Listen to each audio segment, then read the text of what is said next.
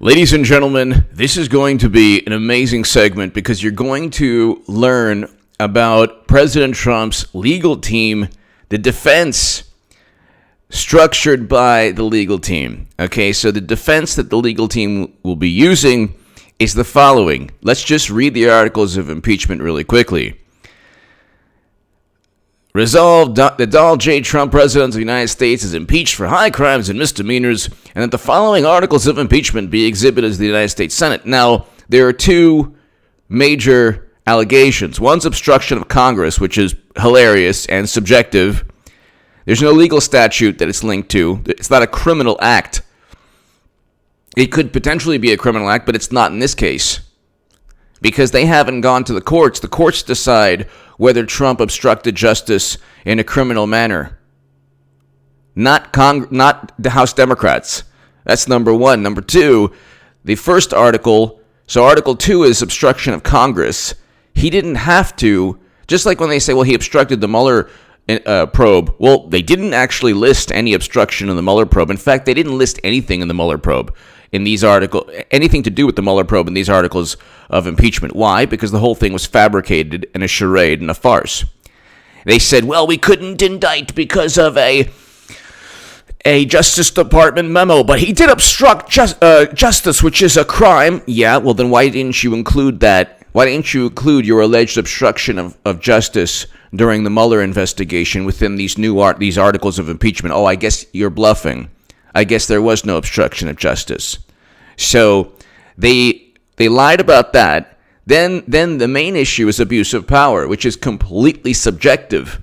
That's what Ken Starr, Dershowitz, Jay Sekulow, all of these people are. That's the argument that they've crafted, which is 100% right. Adam Schiff says, well, you can't just not engage in sanctions against Russia. He actually used that example. Oh, yes, you can. You don't have to. There's no law that says you have to engage in sanctions against Russia because the intelligence community is moderately to highly confident that the DNC was hacked. But here, the Constitution provides that the House of Representatives shall have the sole power of impeachment, and that the President shall be removed from office on impeachment for and conviction of treason, bribery, and other high crimes and misdemeanors in his conduct of the office of President of the United States, and in violation of his constitutional oath faithfully to execute the office of President of the United States, and to the best of his ability preserve, protect, and defend the Constitution of the United States, and in violation of his constitutional duty to take care of the laws be faithfully executed. Donald J. Trump has abused the powers of the presidency in that, now listen to this hilarious accusation. Using the powers of his high office, President Trump solicited the interference of a foreign government, Ukraine, in the 2020 United States presidential election. What? President Zelensky stated there was no pressure. The president of Ukraine, the leader of Ukraine, stated that there was no pressure from Trump. Okay, his predecessor, President Poroshenko, stated there was no pressure from Trump. There's no direct evidence in terms of documents, emails, in terms of anything Trump has said. The only direct evidence we have is that Biden is bragging. That's not even circumstantial. He is admitting a quid pro quo. So, when they say, well, there's a lot of circumstantial evidence with Trump, why don't you connect the dots?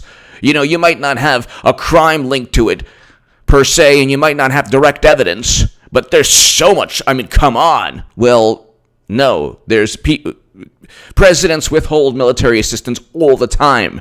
President Obama withheld military assistance in 2013 from Egypt without notifying Congress. There was even a Daily Beast article talking about he did it in a secretive manner. But if you look at what they're alleging, that actually fits with Biden. Biden is on video bragging to the Council on Foreign Relations. He's saying, I'm leaving in 6 hours.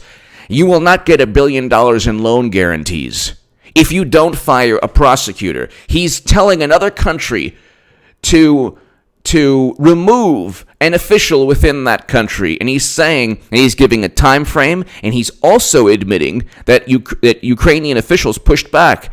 Because he says during the video, he says, and they said, you have no authority. You have no. I said, call the president. You know how Biden, first of all, Clinton is going to be the nominee. 100%. Hillary Clinton will be the nominee. Okay? It will not be Biden. And we know that Bernie and Warren have canceled each other out. I should say Warren has successfully cheated Bernie Sanders. Well, the Democrats through Warren.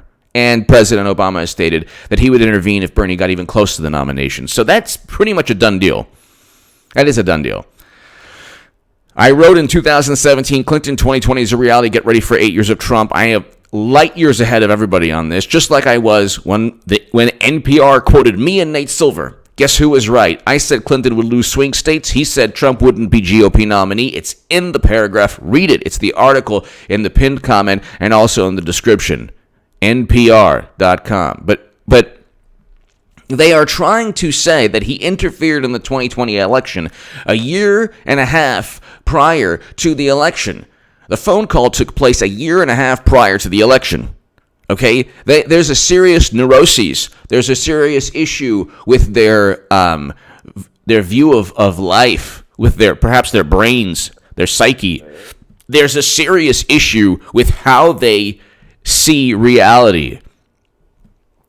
Biden and his son, there's reason there. There's reason enough to investigate. Okay, the rebuttal is, well, he forced out the prosecutor because everyone agrees that Shokin was not looking at corruption enough. Well, that is not a legitimate answer. You can't simply say that, European diplomats and Senate Republicans, even they thought that Shokin should have been fired. Who cares? So what? Who cares? That's not the way foreign policy is crafted. That's not the way United States foreign policy is conducted. Vice President Biden said, go call the president, referring to President Obama, his boss. He implicated President Obama, like Biden is known to do. He's a gaffe machine, okay? He implicated President Obama in part of the decision-making to fire Shokin. Is that true? Where's the evidence? Where's the evidence?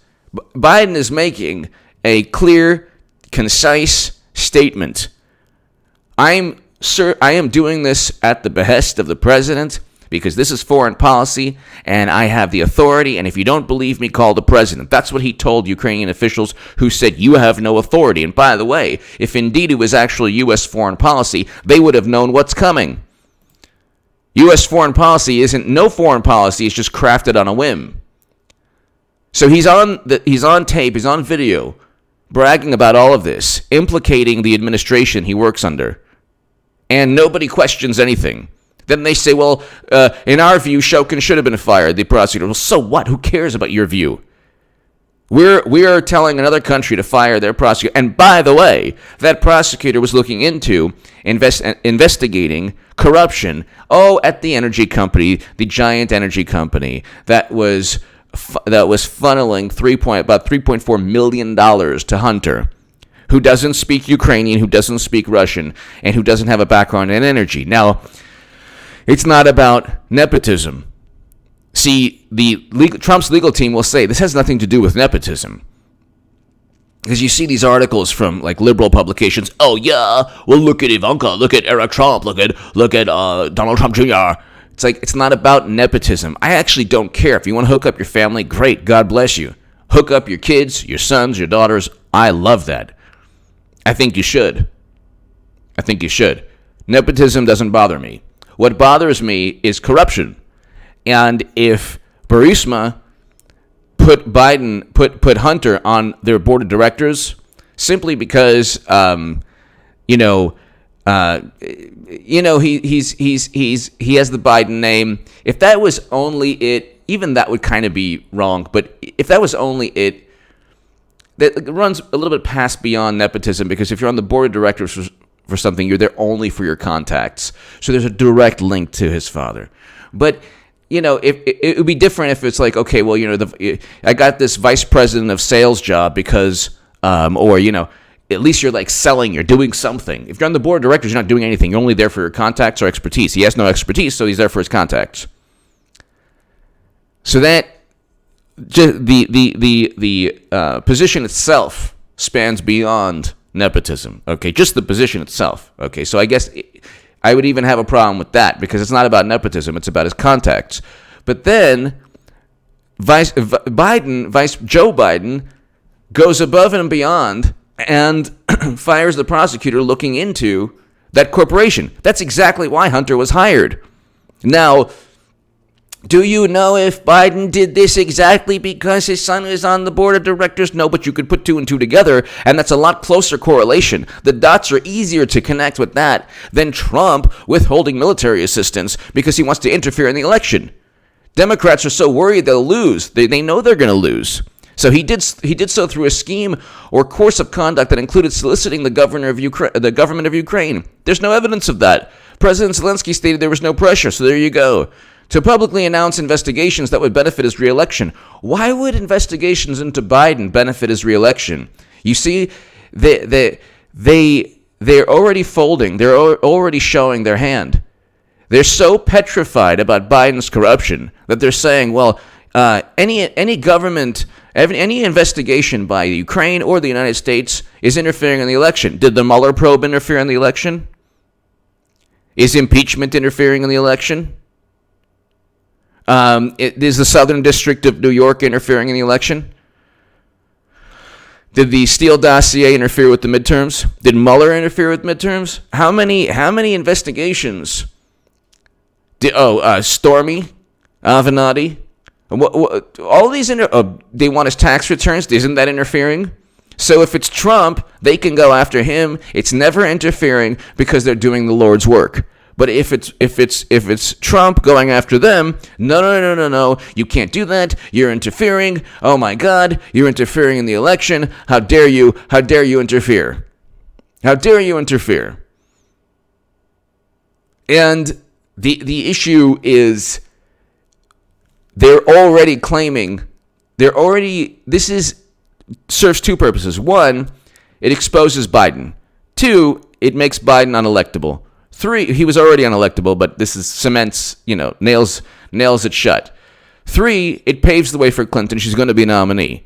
Four, it already shows that they know they're going to lose. When Clinton loses again, she'll be like, well, I didn't want to run. You asked me to run. You watch. What did I say? I said, I don't know how it's going to happen. I don't care whether it's a day before the convention or a day before Super Tuesday. People would say, well, when do you think she's going to run? I don't care, and I don't know. I never knew when she was going to run or how it was going to happen or how Clinton would become nominee. But I always did say this paves the way for Clinton. Everything that you see the past 3 years paved the way for Clinton 2020. Everything. Impeachment, Mueller, Steele dossier purchased by Clinton. All of it was that. All of this helps Clinton. All of it. But it helps Clinton in that she's removed from everything. It exposes Biden, like I said, Hunter. Basically, the articles of impeachment are a reflection of the greatest fears of Democrats, not anything Trump did. They also never acknowledge whether or not Biden deserves to be investigated. So they don't acknowledge whether or not Biden deserves to be investigated. They assume that the government of Ukraine was pressured, which they have no evidence it was, and they have evidence to the contrary. The leader of Ukraine, the leader and his predecessor, both state, Zelensky and Poroshenko both state that there was no pressure. So there you go. But President Trump also sought to pressure the government of Ukraine to take steps by conditioning official United States government acts of significant value to Ukraine on its public announcement of investigations. No, he didn't. There's no evidence he did. Simply disgruntled diplomats saying, well, we think he did. When asked, do they know of a crime? They didn't answer. They don't know of a crime. And two, they had no direct evidence that he withheld military assistance. Three, with John Bolton what do they expect John Bolton to say? Oh yeah, I knew a crime was being undertaken. The best Bolton could say is exactly what the other impeachment witnesses said, was, I really think this took place. Well, then why didn't he approach the authorities if he knew a crime was being committed? You're an accessory to a crime if you're a national security advisor and you know a crime is being committed and you do nothing about it. He was basically covering it up. So what's he going to say? In the event that this actually was a criminal act and Trump wanted to withhold military assistance and Bolton knew everything, he didn't tell anyone? He was a part, and he would be a part of everything. So they have nothing with Bolton. Because if Bolton had any direct evidence, that would implicate him in covering up that direct evidence. Or that would implicate him in not disclosing to authorities or to the FBI or whatever that he was engaged in some kind of grandiose criminal behavior. This is a difference in this is a difference in policy. They look at Trump and they say, how dare you? How dare you? How are you even president? You shouldn't even be president. That's their whole thing. You shouldn't even be president. And you withheld military assistance, and you did so only to harm Biden, but what they're not telling you is that Biden should be investigated, and that his son shouldn't have been on the board of Burisma, and that there might have been ulterior motives, even if it was U.S. foreign policy. Let's just say it was U.S. foreign policy. Well, then why is Hunter on the board of directors? It's not just nepotism. It's not like he's in a sales position where he has to actually work. He's on the board of directors. He's only there not just because of his name, because you could be in a sales position, or you could be, you could go to medical school because of your name, but at least you're going to become a doctor. At least you have to pass, exams. You're on the board of directors. You're not doing anything but sitting there and existing because you have contacts because of your name and your connections. So those contacts equal favors. Obviously, this is the Clinton Foundation all over again, which was never investigated. But anyway, money went into the Clinton Foundation because of a bribe. It's called a bribe. They said, well, you have no direct evidence. Yes, she deleted 30,000 plus emails. And then finally, President Trump engaged in this scheme, of course, kind of for corrupt purposes in pursuit of personal political benefit. Why would investigating Biden mean personal political benefit? I thought he's pure as the driven snow. So it would be an investigation that leads to nothing and would make Trump look bad, right? What's the problem? But they're so petrified that he would find something. See, the articles of impeachment are not only subjective, and they're not only not linked to a crime, because abuse of power is a subjective thing. There's not a criminal statute. Anyone could be accused of abuse of power. President Obama could. Many instances. Fast and Furious. Eric Holder was held in contempt, and 17 Democrats voted for that. Claiming you didn't know that your Secretary of State had private servers with top secret intelligence on them, when Cheryl Mills in the campaign emails already states that, oh yeah, he knew. And forget about that admission, which should have been enough, to remove any attorney-client privilege between Mills and Clinton. I wrote about that in the Daily Caller. But you had President Obama conversing with Clinton via a pseudonym, through the use of a pseudonym. So he knew. He wasn't going to email Clinton knowing that she had private servers. He knew that. He lied. Okay, that's not an abuse of power.